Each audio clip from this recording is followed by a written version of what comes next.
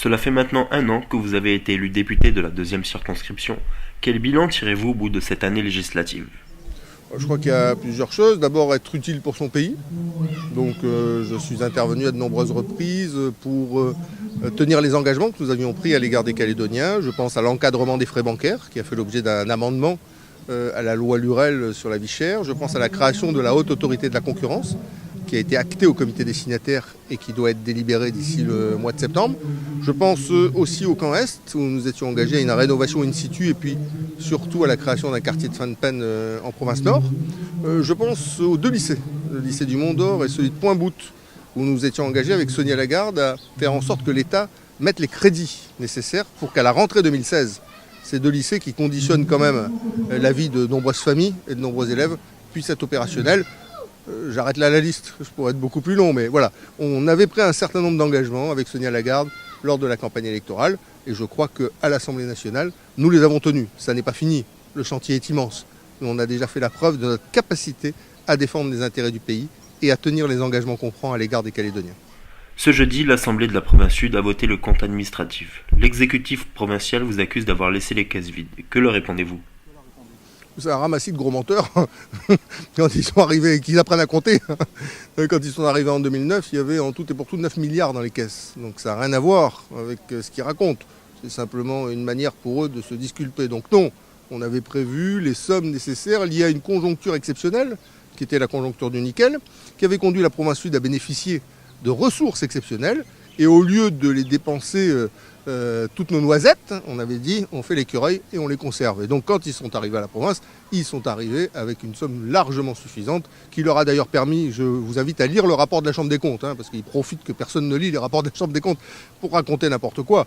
Lisez le rapport de la Chambre des comptes qui a été demandé par Pierre Frogier sur la gestion que j'ai faite de la province et vous verrez que c'est exactement le contraire qui est dit et qu'au contraire, la gestion que j'ai menée à la province a été saluée par la Cour des comptes. Non, le problème, il n'est pas là. S'ils avaient un minimum d'honnêteté intellectuelle et politique, ce qui est bien sûr impossible à leur demander, ils diraient la chose suivante.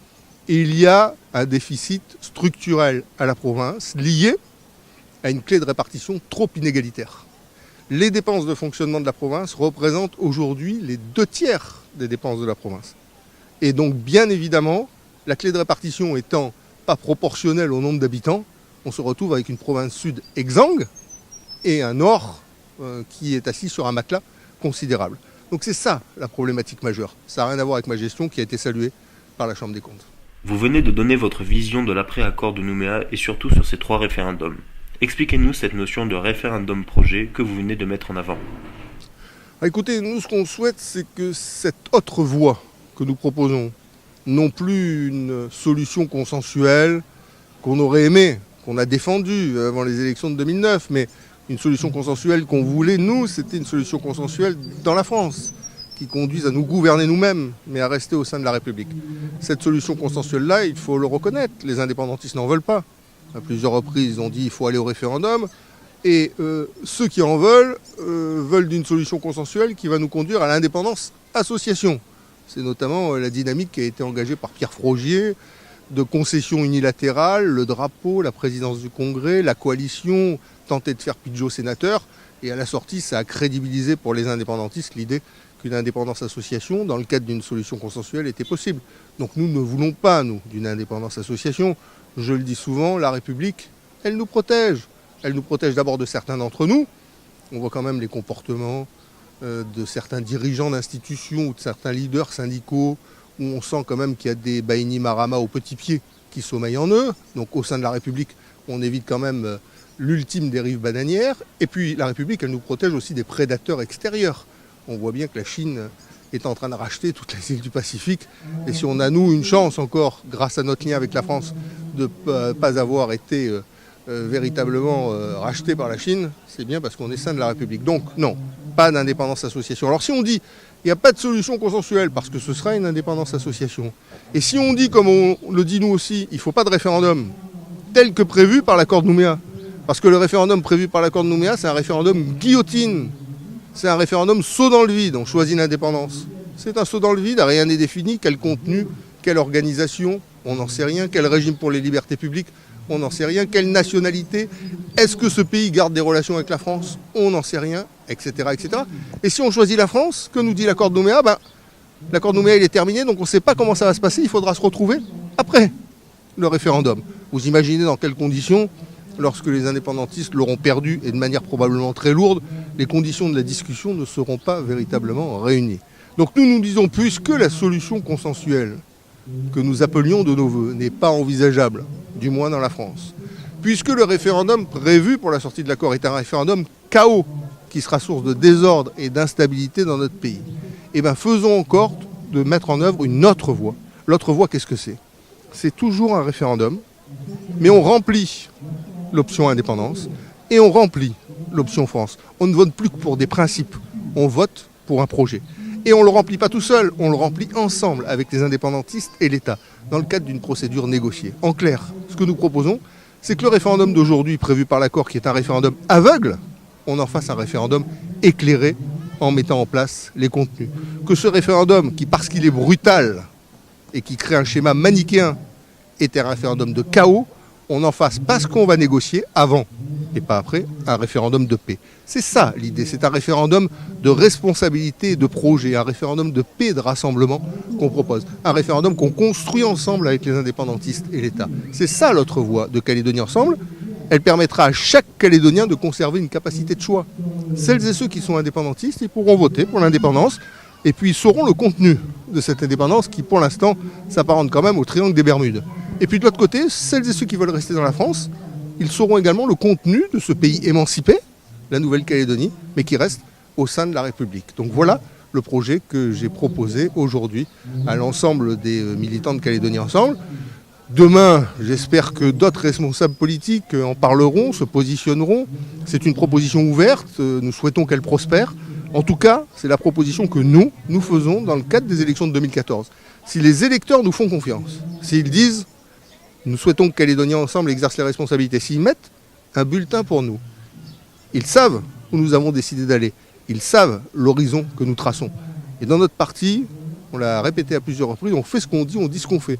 Pas comme certains qui disent avant l'élection quelque chose pour faire le contraire après. Non. Donc on souhaite aborder de manière honnête, intellectuellement et politiquement cette échéance, parce qu'elle est capitale. De notre capacité collective à maintenir la paix dépendra la possibilité de construire un vivre ensemble. Et c'est bien en sortant de l'accord de Nouméa qu'on a ce challenge à relever, maintenir la paix et continuer à construire ensemble. Il y a 5 jours, cela faisait 1 an que vous étiez élu à l'Assemblée nationale. Quel bilan en tirez-vous? Écoutez, un bilan positif. D'ailleurs, ce matin, j'ai eu l'occasion de dire comment on s'était organisé dès notre arrivée pour pouvoir répondre de manière positive aux engagements qu'on a pris pendant la campagne électorale. Et donc, on en a déjà réalisé pratiquement une bonne dizaine, mais on est allé aussi au-delà.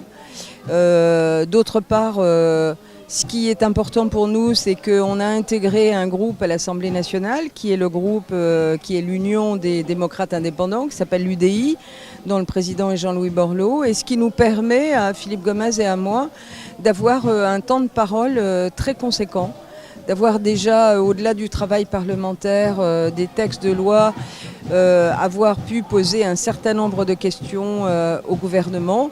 Et puis aussi, c'est de faire le travail pour débloquer des dossiers au sein des ministères à Paris. Voilà. Et donc, au bout d'1 an, c'est extrêmement positif, à la fois sur les dossiers, sur les engagements qu'on avait pris, et aussi, je crois qu'on a très largement dépassé le temps de parole de nos prédécesseurs en 1 an.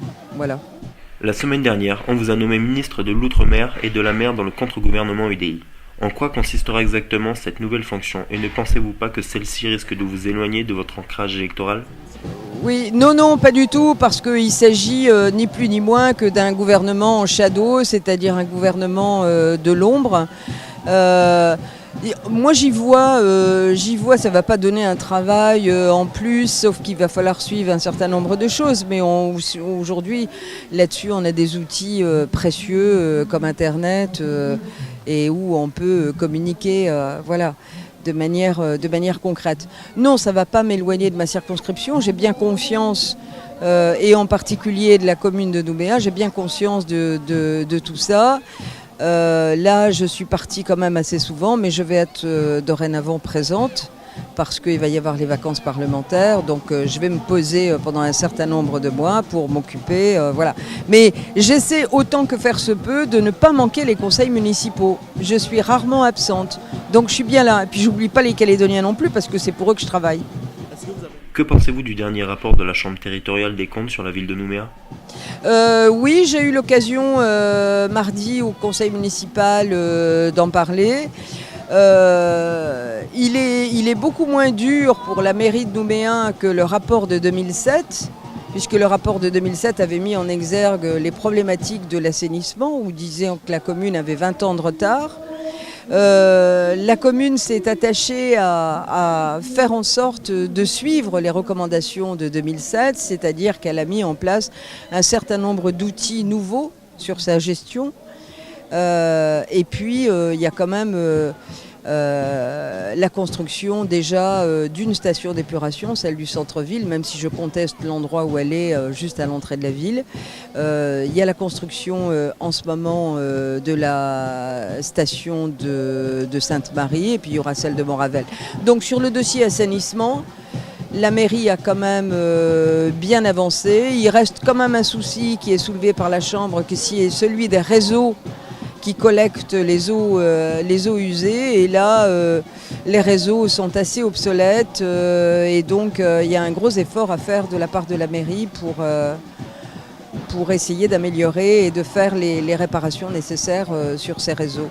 Et enfin, j'ai soulevé un dernier point qui me paraît important et qui n'a pas été soulevé par la Chambre. C'est celui, j'ai dit à la mairie et à l'exécutif qu'ils avaient une certaine propension à faire et à défaire. Vous avez vu qu'on a enlevé le rond-point Patch, on va enlever le rond-point Berthelot. Il y a eu plus de 700 millions qui ont été engagés pour améliorer le quai ferry, en sachant très bien qu'il y a un projet nouveau qui va voir le jour, que ces ronds-points, c'est des centaines de millions pour les construire, et puis autant d'argent pour les défaire. Donc j'ai toujours reproché à la mairie de ne pas avoir un manque de vision à long terme et un manque d'anticipation sur le développement de la ville. Et bien là, je crois qu'on peut faire la démonstration qu'effectivement, la mairie n'est pas dans ce schéma. Voilà. Mais je suis dans l'opposition, vous savez, et puis je ne suis pas toujours d'accord avec eux, donc quand je ne suis pas d'accord, je le dis. Que pensez-vous de ce congrès ? Écoutez, c'est un beau congrès. C'est un beau congrès puisqu'on avait quasiment 2000 personnes aujourd'hui. C'est un beau congrès parce qu'on avait vraiment une assistance qui représentait toutes les communautés du pays. C'était assez impressionnant sous le chapiteau de voir les Océaniens, les Européens, les Kanaks, les jeunes, les vieux. C'est un congrès sur lequel on a à peu près tenu nos horaires, ce qui n'est pas toujours le cas. Et puis je crois que c'est un congrès à l'issue duquel il y a eu un certain nombre d'annonces ou de propositions en tout cas intéressantes. Voilà. Donc a priori nos objectifs sont atteints. Que pensez-vous de la dernière lubie ou idée de Simon Louécotte sur son rassemblement des Mélanésiens loyalistes ? Simon est un garçon qui a beaucoup d'idées, peut-être un peu trop, parce que moi ce qui me frappe c'est que l'idée de la plateforme, qui était la précédente, n'est pas encore mise en œuvre, que déjà il y a une nouvelle idée qui est posée sur la table. Voilà, je trouve tout ça un peu désordonné. Je ne vois pas très bien dans quel projet politique clair ça s'inscrit. Et donc, pour l'instant, je vais rester dans les spectatives. Pourquoi les élus calédoniens ensemble n'ont pas voulu rencontrer le dictateur fidjien ? Écoutez, pour les raisons que vous avez évoquées, il n'y a pas de raison parce qu'une personne est de l'arc mélanésien ou océanien de justifier et de pardonner en l'accueillant les exactions, les comportements qu'il a dans son territoire. Il faut quand même rappeler que Fidji et le Comodore sont au banc de la société internationale depuis très longtemps. Il a promis des élections et une constitution préparée par des experts qu'il a reprise, qu'il a déchirée, qu'il a retravaillée. On sait que les journalistes sont empêchés de s'exprimer. On sait que les partis politiques et les syndicats ont beaucoup de difficultés. Pas plus tard qu'il y a quelques mois, l'Organisation internationale du travail a été reçu à l'aéroport et est reparti parce que les syndicats avaient pris une initiative sans demander l'autorisation. On sait qu'il y a beaucoup de choses qui ne sont pas en conformité avec un fonctionnement démocratique dans une société, en tout cas pas dans la société qu'on veut. Donc il n'y avait pas de raison, parce qu'il est membre et fut-il président du groupe Fer de Lance, de justifier par notre présence et de cautionner ce qu'il fait subir à son peuple fidjien. On est solidaire du peuple fidjien, mais pas solidaire du Comodore. Lors de la dernière séance du congrès de la Nouvelle-Calédonie, 2 des 3 membres Calédonie Ensemble étaient présents. Est-ce la fin du retrait du Calédonie Ensemble des travaux du gouvernement ? On a participé à toutes les réunions de collégialité. On est probablement ceux qui ont été le plus souvent en réunion de collégialité, et pour ce qui concerne les réunions du gouvernement, on en a raté, personnellement j'en ai raté quasiment aucune, sauf maladie ou déplacement.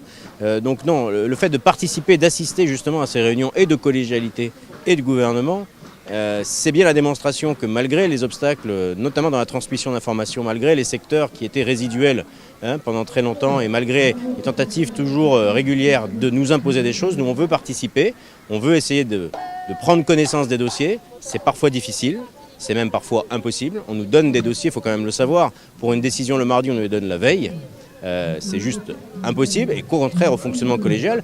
Mais le fait qu'on assiste à ces réunions, c'est juste le témoignage qu'on croit toujours que le seul bon fonctionnement du gouvernement, c'est un fonctionnement réellement solidaire et collégial. Ce n'est pas la pratique qu'on subit depuis 2 ans, mais ça ne nous a pas empêché de continuer d'assister, de marquer par notre présence qu'on est, parce qu'on est mandaté par les Calédoniens pour ça, on est porteur de projets, on est porteur de valeurs et on souhaite pouvoir les défendre au quotidien au gouvernement.